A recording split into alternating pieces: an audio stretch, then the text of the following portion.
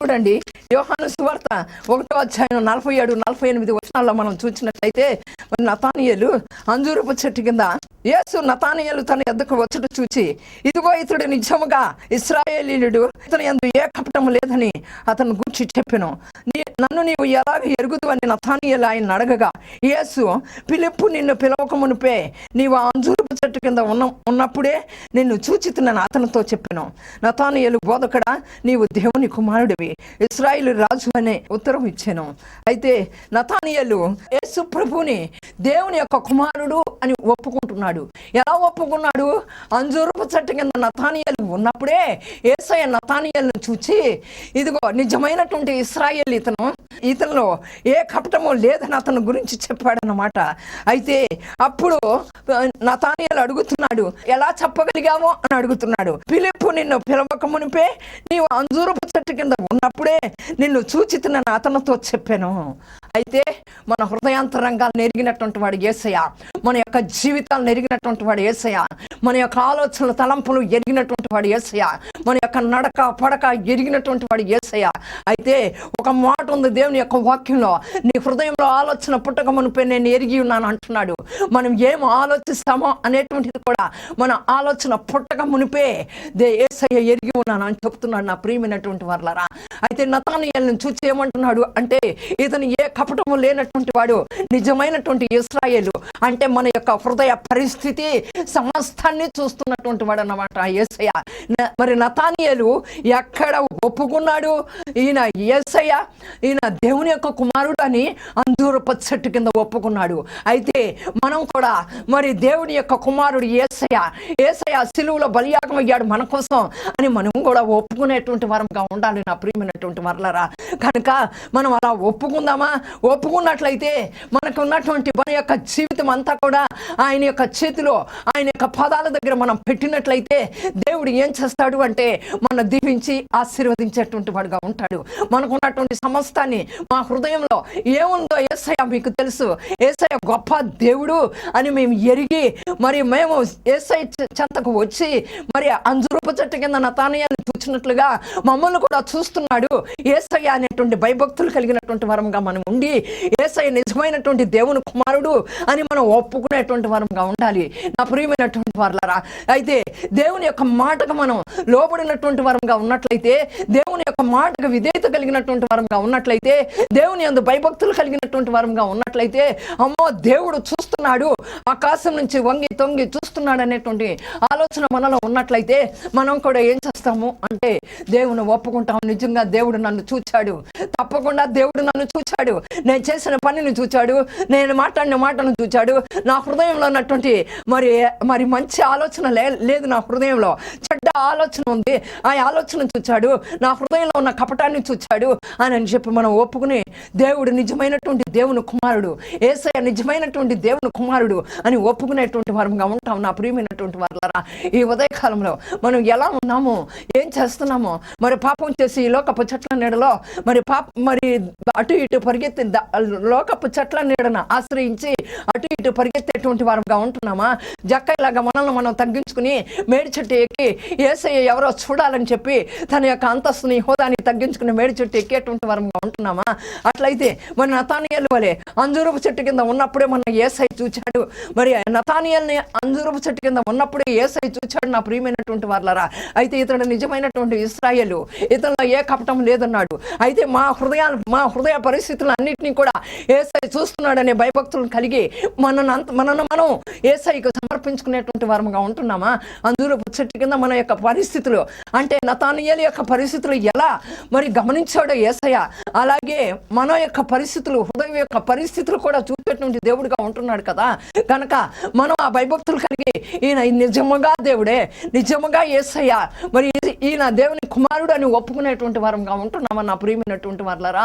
మరి ఈ దినాన మనం ఏం చేస్తున్నామో ఒకసారి ఆలోచన చేయండి. 1 పేతురు 2:24 మనం చూసినట్లయితే, మన పాపముల విషయమై చనిపోయి నీతి విషయమై జీవించినట్లు ఆయన తానే తన శరీరం అందు తన పాపములను మాను మీద మోసుకొనెను. అయితే శ్రమ పడ్డాడు యేసయ్య, ఆ చెట్టు మ్రాను మీద మోసాడంట. చూడండి, మ్రాను మీద మోసుకున్నాడంట. ఎందుకు? మన పాపముల విషయమై చనిపోయాడు, నీతి విషయమై జీవించినట్లు ఆయన తానే తన శరీరం అందు మన పాపములను మ్రాను మీద పోసి ఆయన పొందిన గాయముల చేత మీరు స్వస్థతను పొందితిరి అని దేవుని యొక్క వాక్యం సెలవిస్తుంది. శ్రమపడ్డాడండి. ఎవరి కోసం శ్రమపడ్డాడు? మన పాపముల కోసం శ్రమపడ్డాడు. నీతి విషయమై జీవించేటువంటి వరంగా ఉండాలని ఆయన తన యొక్క శరీరం ముందు మన పాపాలని మానుమది మోసాడు. మరి అటువంటి యేసును మనం ఏం చేస్తున్నాం? ఎక్కడ చూస్తున్నాం? ఈ లోకపు చెట్లను ఆశ్రయిస్తున్నాం. ఈ లోకంలో పాపం అనే చెట్లను ఆశ్రయిస్తున్నామా? మరి జక్కయ్యలాగా మేడి చెట్టు ఎక్కి యేసయ్య వస్తున్నాడని చూచి మరి తాను తగ్గించుకున్నప్పుడు యేసయ్య తన దగ్గరికి వచ్చాడు, తన ఇంటికి రక్షణ వచ్చింది. ఆ రీతిగా మనం ఆ జక్కయ్యలాగా మేడి చెట్టు ఎక్కేటువంటి వరంగా ఉంటున్నామా? మరి నతానియేలు వలె అంజూరపు చెట్టు కింద ఉన్నప్పుడే దేవుడు ఈయన దేవుని యొక్క కుమారుడు అని ఒప్పుకునేటువంటి వరంగా ఉంటున్నామా? మనం పాపముల విషయమై చనిపోయి నీతి విషయమై మనం జీవించున్నట్లుగా ఆయన సిలువ మాను మీద వేలాడాడే, మరి దాన్ని గుర్తించేటువంటి వరంగా ఉంటున్నామా? మన కోసం శ్రమ పడినటువంటి ఆ యేసయ్యను ఏ రకంగా స్వీకరిస్తున్నాం? ఏ రకంగా చూస్తున్నాం? ఏ రకంగా మనం ఒప్పుకుంటున్నాం?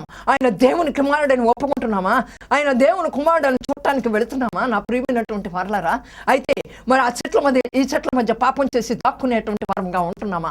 ఈ ఉదయకాల సమయంలో మనం పాపము చేసి ఈ లోకంలో చెట్ల మధ్య దాక్కునే వరంగా ఉన్నట్లయితే ఆ చెట్ల మధ్యలో నుంచి బయటికి వచ్చి క్రీస్తు అనే చెట్టుని ఆశ్రయించేటువంటి వరంగా ఉండాలి. నా ప్రియమైనటువంటి వారలారా, యేసయ్య ఎవరో తెలుసుకోవాలనుకున్నప్పుడు నీ అంతస్తుని, నీ హోదాన్ని వదిలిపెట్టి నిన్ను నువ్వు తగ్గించుకుని జక్కయ్యలాగా మేడి చెట్టు ఎక్కువ.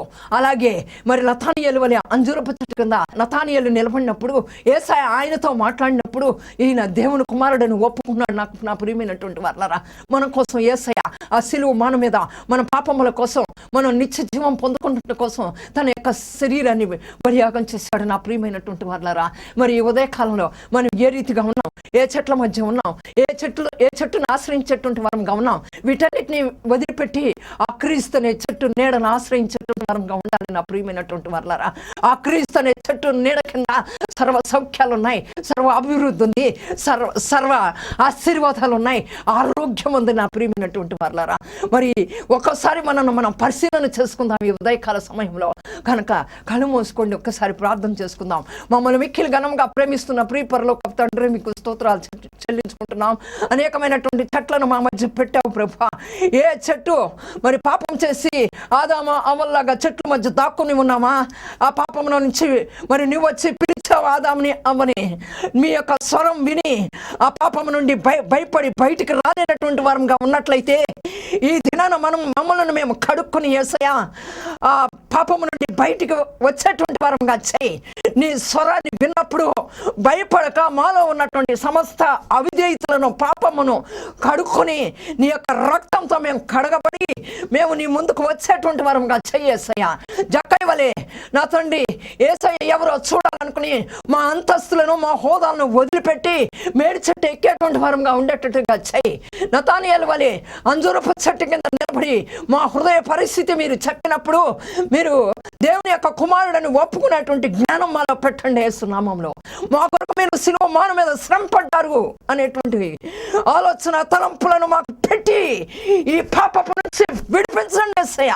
క్రీస్తు అనే చెట్టు నీడను ఆశ్రయించే వరంగా చేయండి యేసయ్య. యేసు నామములో, యేసు అధికారం కలిగిన నామములో క్రీస్తు అనే చెట్టు నీడకి మరి వచ్చేటువంటి వరంగా చేయండి యేసయ్య. ప్రతి ఒక్కరిని కూడా రీకమర షందర రికందర వరందర మా క్రీస్తు అనే చెట్టు నీడని ఆశ్రయించినప్పుడు మాకు ఆరోగ్యం కలుగుతుంది. యేసు అధికారం కలిగిన నామంలో ప్రతి విధమైనటువంటి వ్యాధుల నుంచి స్వస్థత కలుగును గాక. Touch them master, touch them master, touch them Jesus, heal them Jesus, heal them master. O Lord Jesus, in the name of Jesus, precious name of Jesus, mighty name of Jesus, touch them. వ్యాధుల నుంచి నా తండ్రి మీరు విడిపించండి యేసయ్యా. ఈ సమస్త శారీరక వ్యాధుల నుంచి యేసయ్యా మీరు వారిని తాకండి ప్రభా. మీ స్వస్థత కలిగిన హస్తాన్ని వారిపైకి చాపండి యేసు నామములో. ఈ ఉదయకాల సమయంలో ప్రతి ఒక్క వ్యాధి నుంచి విడిపించబడుదురు గాక, ప్రతి ఒక్క బాధ నుంచి విడిపించబడుదురు గాక యేసు నామములో. యేసు నామములో వివాహాలు జరుగును గాక. యేసు నామములో పాపములు కడగబడును గాక. యేసు నామములో నా తండ్రి ఉద్యోగాలు వచ్చును గాక. యేసు క్రీస్తు అనేటువంటి చెట్టు నీడని ఆశ్రయించేటువంటి వరంగా చేయమని యేసు నామములో అడిగి పొందుకుని నామ తండ్రి, ఆమేన్. నా ప్రియమైనటువంటి దేవుని బిడ్డలారా, అనేక మంది దేవుని యొక్క వాక్యాన్ని విని మరి ఫోన్ చేసి ఫోన్ కాల్స్ ద్వారా మరి ప్రార్థనలు చేయించుకుంటూ మా ఇంటికి రండి అని అడుగుతున్నారు. మరి నేనైతే మరి హైదరాబాద్లో ప్రతి ఒక్కరి గృహాన్ని దర్శించలేను కదా, కనుక మరి దేవుని యొక్క చిత్తాన్ని బట్టి మరి ప్రతి నెల 2వ శనివారం ఉదయం 11 గంటల నుంచి 3 గంటల వరకు రామకృష్ణాపురం ఫ్లైఓవర్ దగ్గర బేతేలు ప్రార్థనా మందిరం అని ఉన్నదండి. అక్కడ ఈ ప్రార్థన జరపబడుతుంది. దేవుడు ప్రేరేపిస్తే మీరు అక్కడికి రాగలరని దేవుని నామం పేరిట మిమ్మల్ని కోరుకుంటూ ఉన్నాను. ఆ పాస్టర్ గారి పేరు బాబురావు గారు. అయితే ఆ మెసేజ్ చూసేటప్పుడు కింద ఆ పాస్టర్ గారి నెంబర్ కూడా ఇచ్చి ఉన్నాం కనుక మీరు దాన్ని గమనించుకుని దేవుని చిత్తమై మీకు ప్రేరేపణ కలిగితే మీరు దేవుని యొక్క చిత్త ప్రకారంగా అక్కడికి రాగలరని ఆశిస్తూ దేవుని నామానికి స్తోత్రం కలుగును గాక.